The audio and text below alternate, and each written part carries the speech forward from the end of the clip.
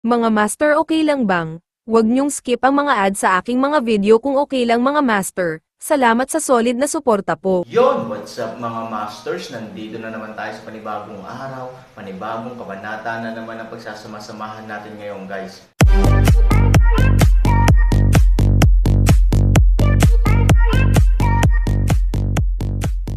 Bali mga masters, kung bago ka pa lang po sa aking YouTube channel, please click the subscribe button, lalong-lalo na po yung notification bell guys, para maging connected pa rin tayo sa isa't isa at maging updated kayo sa mga susunod ko pang video.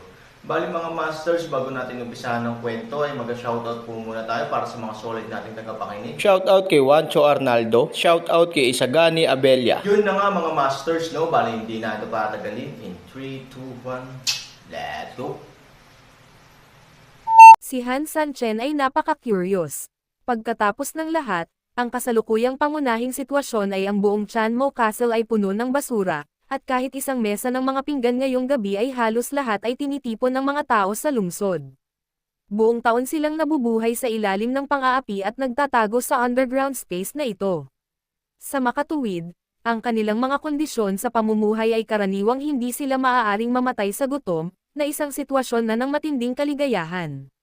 Sa ilalim ng gayong mga kalagayan, talagang hindi madaling pagsamasamahin ang isang mesa ng mga pagkain para kay Han Sanchen. Maiintindihan ito ni Han Sanchen. Ngunit ang hindi maintindihan ay sa ganoong sitwasyon, anong klaseng regalo ang maaari nilang taglayin. Tila nakita ang mga pagdududa ni Han Sanchen, ang matanda ay tumawa, "Hero Han, kakaiba, hindi ba?" Oo, si Han Sanchen ay hindi rin gustong maglaro ng anumang pagkukunwari. Huwag kang magtaka, kontento ka na sa mamahaling reg-along ito. Bahagyang ngumiti ang matanda. Tapos, pinalakpak niya ng bahagya ang malaki niyang kamay. Mabilis at dahan-daang naghiwa-hiwalay ang mga taong nanunood sa paligid, at sa likod nila ay may mga hanay ng mga taong nakatayo ng napakaayos. Ang mga taong ito, lahat lalaki, bata at malakas. Hero Han, nasiyahan ka ba sa mamahaling reg-along ito? Ngumiti ang matanda. Hindi pa nagmumuni-muni si Han Sanchen. Kilalanin ang kakampi. Sabay-sabay na lumuhad ang grupo ng mga tao. Leader, nagulat si Ivory. Hehe, para mailigtas ang mga tao ng Chanmo Castle, hindi lang nakipag-away sina Daxia Han at Mrs. Zun gamit ang sarili nilang katawan, kundi nakipaglaban din sa mga dagwang masasama, at halos lipulin ng bagong tatag na Polar Bear Army sa ilalim nila ang buong hukbo. Sa pribadong pagsasalita, ang Polar Bear Legion ay para sa mga tao ng Chanmobao. Natural, mayroon silang responsibilidad at obligasyon na ipagtanggol ang kanilang tahanan at bansa. But from a public point of view, sundalo sila. Sumusunod ang mga sundalo sa utos.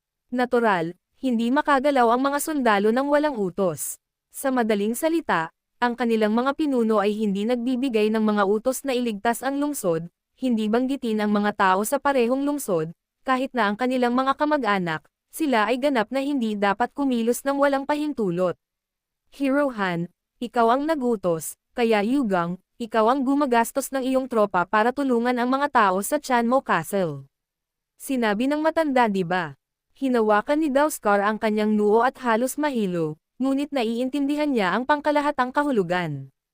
Ito ay may katuturan. Tumanggong si Scar. Ang pinuno ay walang pananagutan o obligasyon na tulungan ang Chanmo Castle, kaya hindi na niya kailangang magpadala ng sarili niyang koponan para lumaban. Tumanggo ang matanda, tama, iyon nga ang dahilan. Ang aking mga tao sa Chanmo Castle ay maaaring hindi maituturing na mabubuting tao dahil sila ay nasa tigang na lupain ng mga demonyo, ngunit tiyak na hindi sila ang uri ng mga walang utang na loob na kontrabida. Ikaw, Han Sanchen, naubos na ang lahat ng tropa para sa ating Chanmo Castle, at ang ating Chanmo Castle ay magbabalik sa iyo ng isang hukbo. Dito, may kabuuang 30,000 katao, hindi isa pa, at hindi bababa sa isa. 30,000 kabayo. Kahit na mabilis na nag-react si Ivory, hindi niya maiwasang mabigla pagkatapos marinig ang mga salitang ito. Bahagyang natigilan si Han Sanchen, at nagmamadaling sinabi, "Matanda, tinatanggap ko ang iyong hiling. Gayunpaman, hindi ko kayang tanggapin ang mga taong ito." Dati, si Han Sanchen ay nagsagawa na ng kaukulang recruitment, ngunit sa huli ang talagang payag ay ang nakaraang batch na 30,000 katao. Kaya, Malinaw na kahit na ang 30,000 katao ay nakatayo dito ngayon, halos maisip ni Han Sanchen kung gaano siya payag o hindi. Ang baluktot na melon ay hindi matamis, si Han Sanchen ay hindi gustong pilitin ang sinuman, o sinuman ay napipilitang sumama sa kanya para sa ibang dahilan. Leader, anong ginagawa mo? Ang ating Polar Bear Legion ay nawalan ng napakaraming kapatid, at sa wakas ay mayroon na tayong mga bagong recruit na pumupuno sa kanila. Ikaw, bakit ka tumanggi? Agrabyado na sabi ni Scar.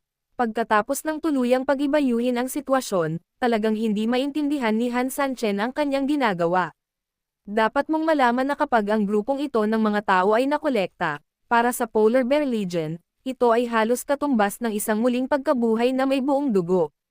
Anyway, ang mga miyembro ng Polar Bear Legion ay hindi pa nasanay noon pa man. Para kay Han Sanchen, kahit anong tingin mo sa negosyong ito, hindi ito kawalan. Ito ay talagang isang super regalo. Karapat-dapat ako sa salitang, Gili. Umiling pa rin si Han Sanchen at sumulyap kay Scar, ang kahulugan sa kanyang mga mata ay hindi mas halata. Ayaw niyang magsalita pa si Scar sa isyong ito. Nang makitang tumango si Scar, sinabi ni Han Sanchen, matanda, Manong, ayoko talaga. Hindi ko talaga kayang bayaran ang iyong mapagbigay na regalo. Ang matanda ay labis na napahiya. Hero Han, ano ang ibig mong sabihin? Alam kong medyo prestihiyoso ang matanda, ngunit si Han Sanchen ay tumatanggap ng mga tao, at ang mga voluntaryo ay palaging kumukuha ng pain. Si Sanchen ay tumanggap na ng mga tao noon, at ang mga maaaring tumanggap ay tinanggap na. Ang natitirang mga tao sa lungsod, naniniwala ako, ay alinman sa ayaw na umalis sa kanilang mga tahanan, o ayaw na iwanan ang kanilang mga asawa at mga anak na babae. Sila ay may sarili nilang mga paghihirap at kanilang ayaw. Maaaring talagang iginagalang ang mga lumang timer kaya kailangan nilang sumang-ayon sa iyong kahilingan. Ngunit hindi iyon gusto ni Han Sanchen. Bukod dito, upang maka-address, ang Chanmo Castle ay nakaranas ng isang malaking labanan, at ito ay sa panahon kung kailan ang lahat ng uri ng basura ay naghihintay na magawa, at ang pangangailangan para sa mga tauhan ay talagang napakalaki. Mas magandang panatilihing matatag ang ilang kabataan para sa pagtatayo, kaya, hindi ba? Pagkatapos magsalita ni Han Sanchen, bago pa man magkaroon ng reaksyon ang matanda, lahat ng 30,000 kabayo sa likod niya ay lumuhad. Umaasa din ako na hindi pansinin ni Master Han ang kasalanan ng kontrabida. Taos-puso kaming sumusunod kay Han Daxia. Hilhin din mo rin si Han Daxia na ihatid tayo. Lahat ay nagsasalita ng may katapatan. Ngumiti ang matandang lalaki, Hero Han, maaari mo bang pakinggan ang matanda? Magalang na ngumiti si Han Sanchen, pakisabi sa akin, matandang lalaki. Okay, tumango ang matanda, gustong itanong ng matanda, kung si Hero Han ba, hindi mo pa nakikita ang buong mundo. Ngayon, may nagligtas sa buhay mo, pero nandyan pa rin ang pamilya mo, at ang kabilang partido ay malakas at makapangyarihan. Excuse me, Hero Han ay may isa pa magkano ang gusto mong sumali sa kabilang partido. Nang marinig ito, bahagyang natigilan si Han Sanchen. Sa kasong ito, maaaring mas gusto niyang huwag sumali sa hukbo ng benefactor, dahil maaaring hindi magkukulang ang hukbo ng benefactor sa kanyang sarili. Ngunit ang kanyang pamilya ay lubhang nangangailangan. Tila nagsimulang maunawaan ni Han Sanchen ang ibig sabihin ng matanda. Iniligtas mo ang lahat, kaya lahat ay may utang na loob sa iyo. Gayunpaman, kapag ito ay ipinamahagi sa lahat, ang kabaitang ito ay magiging mabigat, ngunit maaaring hindi ito sabik na matanto ito. Kumbaga, kapag ang isa o dalawang tao ay nakatanggap ng pabor, bawat isa sa kanila ay lubos na. Nagpapasalamat, ngunit tiyak na hindi ito mangyayari sa 10,000, 100,000, o 1,000,000 tao. Dahil napakalinaw nila na nakatanggap ako ng mga pabor, at marami pang ibang tao ang nakatanggap din ng mga pabor. Ito ay napakamalas na ikaw, isang dakilang benefactor, ay mangangailangan ng kanilang kabayaran at mapupunta sa isa sa kanila. Sa karagdagan sa mga tanikala ng pamilya, hindi ba normal na hindi sumali? Tumango si Han Sanchen. Ngumiti ang matandang lalaki at nagpatuloy, since Daxia Han expressed his understanding, that's good. Sa panahon ngayon, karamihan sa mga miyembro ng Polar Bear Legion ay namatay sa pakikipaglaban para sa lungsod na ito. Alam nila na ang Polar Bear Legion ay walang natitira, at walang sino man ang makakaganti sa kanilang kabutihan para sa kanila, kaya sila na ang bahala. Ang pinakamahalagang bagay ay ang bawat isa sa kanila ay talagang naiintindihan ng mabuti ang isang bagay. Ibig sabihin kung wala ang lahat, paano tayo makakapunta sa Xiaojie? Naniniwala ako na lahat sila, tulad ng matanda, ay alam na alam ang katotohanan ito pagkatapos makaranas ng ganitong sakuna. Hero Han, tama si Senior. Kung wala ang kaligtasan ng lahat, paano tayo magkakaroon ng kaligtasan ng isang maliit na pamilya? Oo, ang Chanmo Castle ay inabandona na ng ganito ngayon, at wala nang saysay na manatili tayo rito. Una, walang produksyon, at pangalawa, natatakot tayo sa paghihiganti ng kalaban. Imbes na ito, maaari pa akong sumunod sa iyo.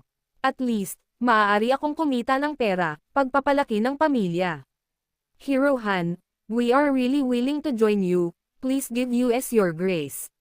Nang makita ang taos-pusong mga mata ng lahat, at pagkatapos ay sa nakangiting matandang lalaki, tumanggo si Han Sanchen. Well, since everyone is so kind, on behalf of the Polar Bear Legion, I welcome you to join, Scar. Panipi, here. Excited na sigaw ni Scar. Kunin mo sila. Bukod dito, lahat ng nangangailangan ng pera ay bibigyan muna ng settling fee. Dapat magayos ng meeting place ang mga kailangang umalis kasama ang kanilang mga kapamilya at maghanda sa pag-alis.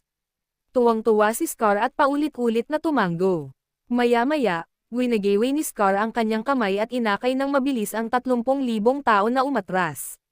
Nang halos wala na ang lahat ay bahagyang ngumiti ang matanda.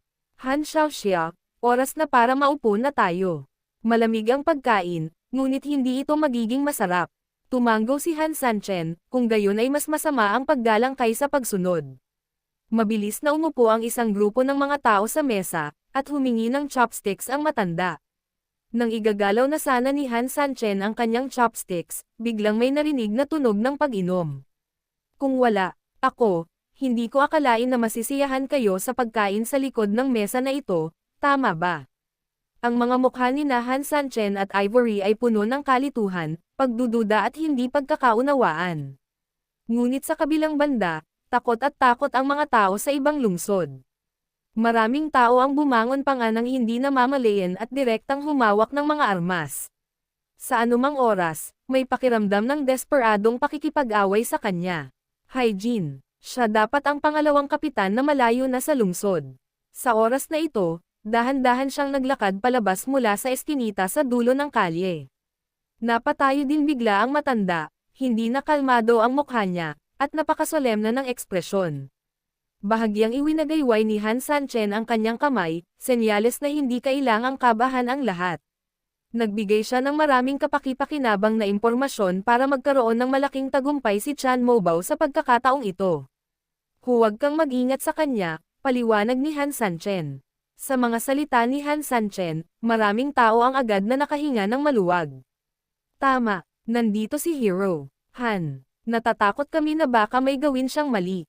Hindi ako naniniwala na ang taong ito ay maaaring maging napakayabang at maglakas loob na bumagsak sa ulo ni Taisoy. Tama, hindi natin kailangan matakot sa kanya, at saka iisang tao lang siya, anong magagawa niya? Parami ang sumasalamin dito at sunod-sunod na nagsalita. Bahagyang gumalaw ang alon ng enerhiya sa kamay ni Han Sanchen, at ang flagon doon ay direktang tumaas sa hangin, at pagkatapos ay dahan-daang nagbuhos ng isang baso ng alak sa tasa. Umupo, lumipad din ang isang dumi ng kalahating metro ang layo mula sa orihinal nitong posisyon. Lumapit si Hyjin, bahagyang umupo, kinuha ang baso ng alak, at ininom ito. Hyjin, matagal ka na bang wala? Bakit bigla kang bumalik? Hindi maiwasang magtanong ni Su Yingxia. Ngumiti si Hyjin, umupo, at umiling, hindi pa ako nakakalabas ng lungsod. Hindi ka pa nakalabas ng bayan. Originally I wanted to go out, but after thinking about it, where can I go? Malaki ang mundo, and the irony is parang walang lugar para sa akin, Hyjin.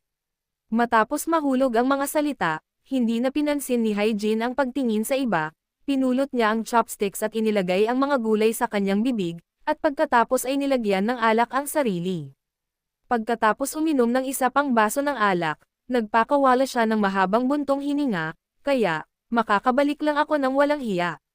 I have money, and I have skills.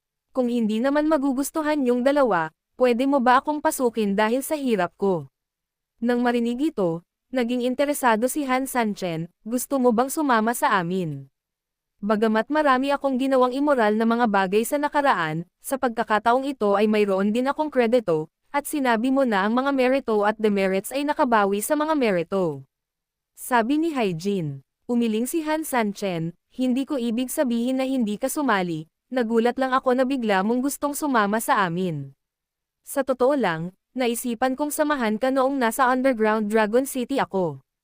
Pero kung tutuusin, first time pa lang nating magkita. I have betrayed my master once in my life. You can't let me do it second time, right? Kahit na maaaring totoo na magiging pamilyar na siya sa pagmamaneho ng magaan na sasakyan noon, pero kung tutuusin, ang pagkasira ng ilang mga apelyido, tama ba, ay magiging hindi komportable sa bahay ng mga tao. Tumawa si Haijin. Si Haijin ay sariling tao, kung hindi, hindi siya ang magiging kapitan. At ngayon na ang taong ito ay natutunan ang kanyang sariling mga cheat, ang kanyang mga kakayahan at kasanayan ay lalakas lamang sa hinaharap. Natural na ang pinakamahusay para kay Han Sanchen na kunin siya bilang kanya. Hindi bababasa, maaari siyang direktang mawalan ng isang malaking banta at sa parehong oras ay may isang malakas na braso. Kahit paano mo gawin ang negosyong ito, hindi ka mawawalan ng pera. Sa pag-iisip nito, tumayo kaagad si Han Sanchen at iniunat ang kanyang kanang kamay patungo kay Haijin, "Welcome to the Polar Bear Legion." Makipagkamay na sana ang pangalawang pinuno ng pangkat na si Haijin, ngunit sa sandaling ito, mabilis na binawi ng matanda ang kamay ni Han Sanchen at bamulong. Hero Han, ang bagay na ito ay pag-uusapan pa. Ang pangkat ng mga tao na ito ay palaging gumagawa ng lahat ng uri ng kasamaan. Kung ang isang bayani ay sumali sa kanila, ito ay tulad ng pag-iingat ng isang jackal sa kanyang tabi. Ito ay lubhang mapanganib. Nang marinig ang sinabi ng matanda, bahagyang ngumiti si Han Sanchen. Alam niyang may magandang intensyon ang matanda, at pati ang ibang tao sa paligid niya ay nag-aalalang tumingin sa kanya. Ngunit pinili pa rin ni Han Sanchen na magtiwala sa pangalawang kapitan na si Haijin.